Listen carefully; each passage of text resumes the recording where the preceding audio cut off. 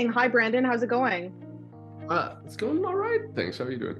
I'm very well, thank you. First of all, I just wanted to say congratulations. Infinity Pool is such a wild ride. I've watched it twice personally because I had to, take it in the first time and then think about it the second time. Now, I want to know what inspired Infinity Pool. I heard that you kind of started with a short story and expanded on that. Yeah. So initially, it was a short story. The short story, if you for those who've seen the film, was essentially just the execution scene, the initial execution scene. It was a scene in a fictional country where someone is watching a double of himself being executed and thinking about identity and justice and punishment.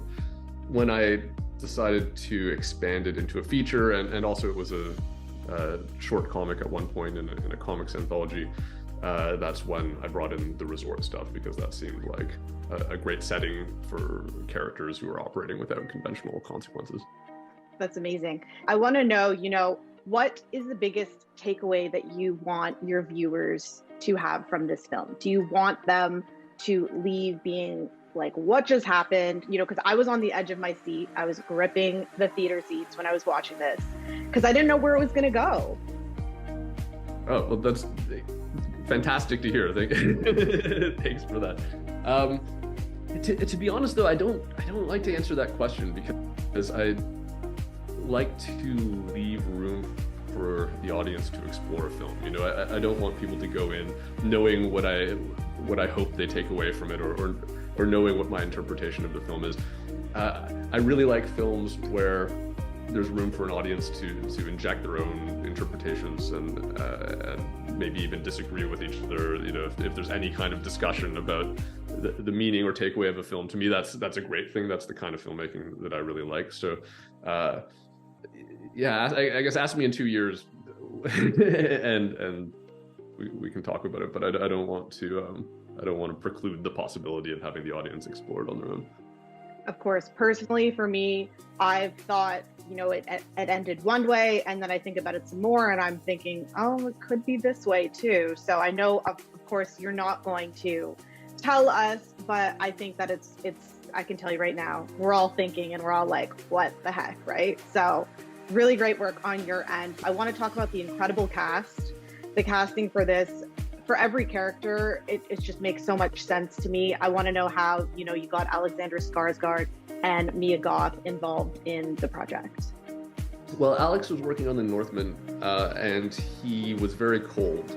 And I think that really helped us because he was shooting it in Ireland. He was doing these fight scenes in freezing rain and mud, and he was absolutely cold.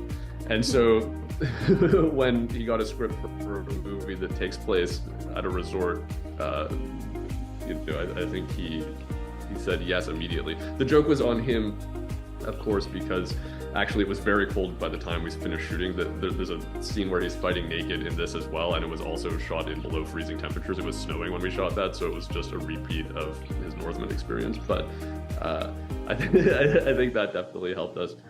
Mia was shooting Pearl at the time, and yeah, I was honestly just lucky with both of them. They're both actors I've been wanting to work with for years. I think they're absolutely incredible, and for whatever reason, they agreed to do this, and I'm very lucky to have had them. Do you think, that scene where Mia's on the car, or the scene where she's yelling, James, the internet is really, really loving that scene. Did you, when you wrote that, when you guys were shooting it, did you think, oh my gosh, this is going to be, a thing on TikTok? Or did that ever spark your mind? Absolutely not. I don't think TikTok was a thing when I wrote it. I wrote the film between my first and second films, and so the initial writing for the film was maybe in 2014 or earlier. The sort of short story. Yeah, I think that we had a finished script and we're developing it around 2018. So I didn't know about the TikToks at that point. It's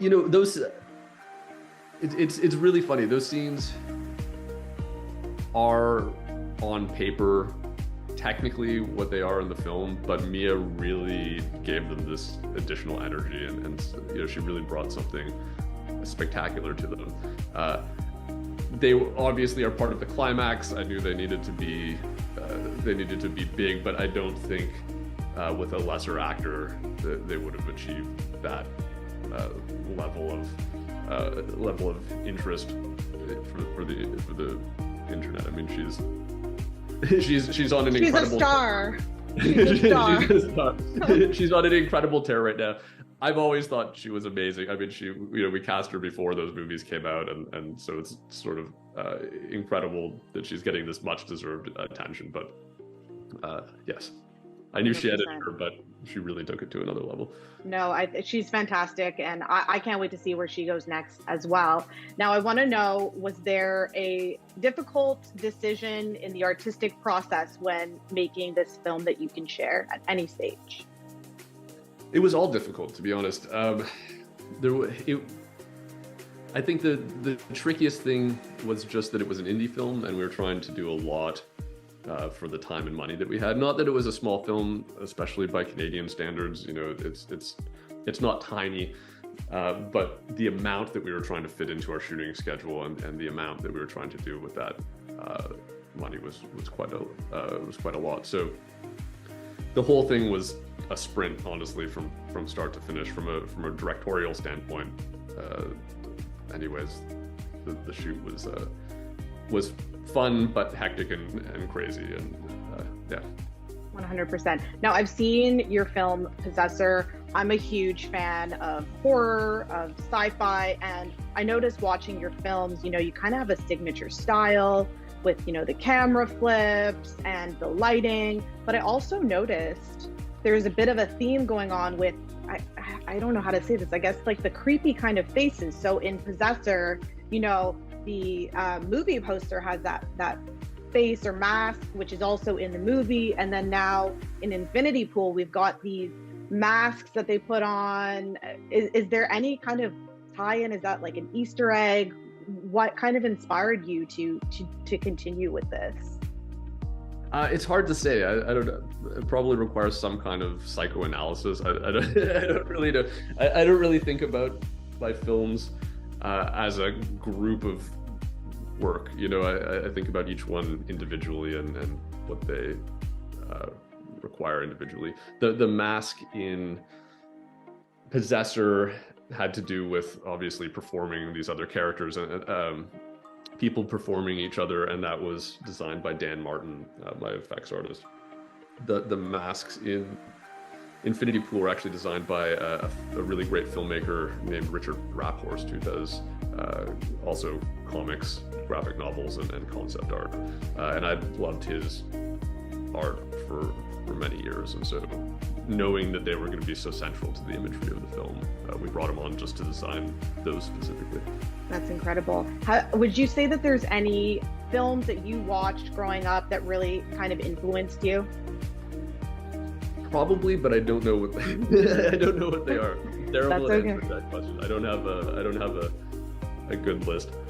That's okay. Now, I want to know, this is my last question. Can we expect more films like this from you in the future? And is there anything you can tease us with? Because I cannot wait to see what you do next.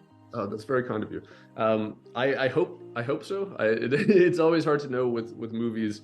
Again, there was such a huge gap between my first and second films that I'm still not confident about the timeline for these things. There's a space horror movie that I'm working on called Dragon that I hope to get made that I've been developing for a number of years. There's also a limited series that's an adaptation of a book called Super Can that I'm working on. I don't know if either of them are happening for sure, but those are the two that I have going on right now. You're a Canadian filmmaker, so I absolutely love that. You know, I'm Canadian too. So everyone needs to go see Infinity Pool. Thank you so much, Brandon, for your time. Really excellent job. Oh, thank you so much. Amazing. Great day. Bye.